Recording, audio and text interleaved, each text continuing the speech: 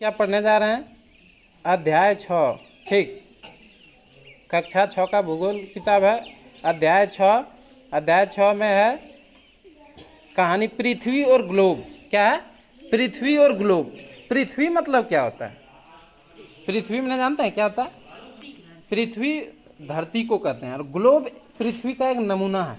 Globe क्या है? पृथ्वी का एक नमूना है। सरवन इधर देखिए। तो पृथ्वी और ग्लोब के बारे में जान गए।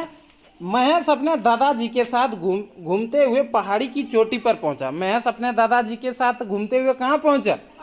पहाड़ी की चोटी पर। उसने दूर तक निगाहें दौड़ाई। उसे लगा बहुत दूर धरती और आकाश आपस में मिल रहे हैं। महेश को कैसे प्रतीत हो रहा था कि बहुत दूर में आकाश और धरती क्या हो रहा है?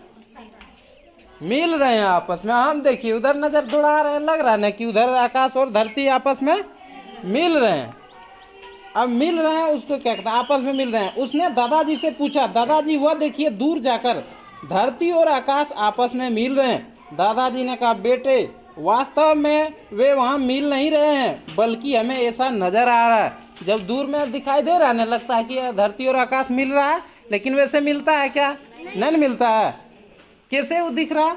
लगता है कि मिल रहा, लेकिन उस तरह का होता है क्या? नहीं, बल्कि हमें ऐसा नजर आ रहा है। किसी भी स्थान पर खड़े होकर अगर दूर निगाह तक डाली जाए तो ऐसा लगेगा कि कुछ दूरी पर जमीन और आसमान आपस में मिल रहे हैं। कुछ दूरी पर जमीन और आसमान क्या हो रहे हैं? आपस में मिल रहे हैं। इसे क्षितिज कहते हैं।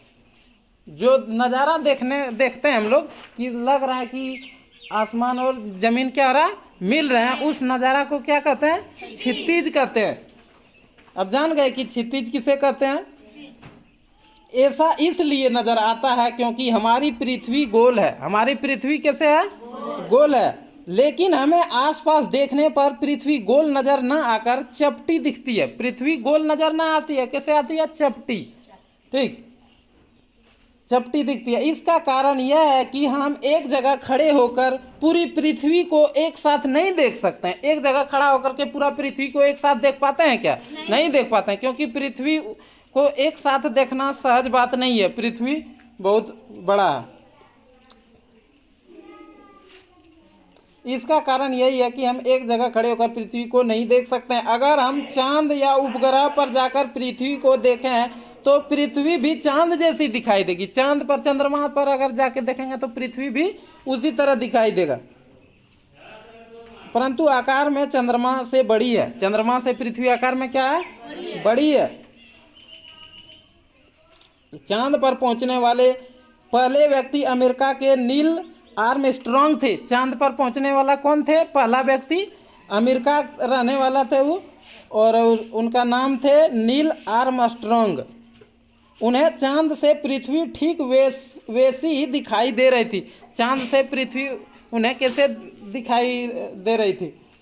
जैसे पृथ्वी से चांद। पृथ्वी भी वहां से चांद की तरह आकाश में टंगी गोल गेंद की तरह दिखाई देती है। फर्क सिर्फ इतना है कि पृथ्वी वहां से नीली दिखाई देती है। जैसे यहाँ से आसमान नीला दिखता है ना, उस तरह आसमान से पृथ्वी का रंग कैसे दिखता है? नीला। अब हम पढ़ेंगे पृथ्वी गोल। पृथ्वी का मॉडल क्या है? गोल है। पृथ्वी देखने में कैसे है? गोल है। और पढ़ने जा रहे हैं पृथ्वी का मॉडल और ग्लोब। ग्लोब पहले चर्चा की है ना। ग्लोब क्या है? पृथ्वी का नमूना है। महेश ने अपने दादाजी से पूछा, दादाजी अगर पृथ्वी गोल है तो हम इसे पूरा देख सकते हैं कि नहीं? दादाजी ने कहा, गोलाकार होने के कारण हम इसके छोटे से पृष्ठ को ही एक बार में देख सकते हैं। पृथ्वी इतना बड़ा विस्तार में है, विस्तारित रूप से है कि हम एक भाग को ही देख सकते हैं। यह कहते हुए उन्होंने अलमारी से ग्लोब निकाल कर दिखाते हुए समझाया। क्या निकाला? अलमारी से ग्लोब निकाल कर समझाते हुए बताया।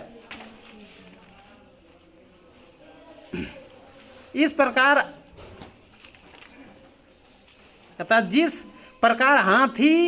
जिस प्रकार विशाल हाथी को छोटे खिलौने के रूप में बनाकर दिखा सकते हैं, उसी प्रकार अपनी विशाल पृथ्वी को ग्लोब के रूप में दिखाया गया। जिस तरह विशाल हाथी को एक खिलौने के रूप में बनाकर दिखा सकते हैं ना, उस तरह का ग्लोब को बना के दिखाया। देखो दुनिया के सभी देश ग्लोब पर अलग अलग रंगों में दिखाए गए हैं। ये देखिए जो चित्र में देख रहे हैं, किस चीज का चित्र है? चित्र 6.1 में है ग्लोब। क्या है? ग्लोब है। दुनिया के सभी देश ग्लोब पर अलग अलग रंगों में दिखाए गए हैं। उन्होंने महेश को ग्लोब पर भारत देश खोजकर उस पर अंगुली रखने को कहा तथा किसी भी दिशा में अंगुली बढ़ाते हुए वापस भारत पर आने को कहा।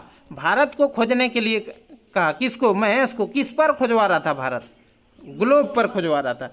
उन्होंने बताया कि यहाँ नीला रंग दिखाई पड़ रहा है, वह सागर और महासागर है। ग्लोब में जो नीला रंग दिखाई देता, देखिए ग्लोब में नीला दिखाई दे रहा है ना, देखिए ये क्या है? महासागर है। उन्होंने यह पता करने को कहा कि ग्लोब के अधिक हिस्से क्या है, महासागर है या जमीन के भाग है। ग्लोब पर दिखाया गया कौन सा रंग क्या बतलाता है? तो कैसा लगा कहानी? क्लैप कर दीजिए।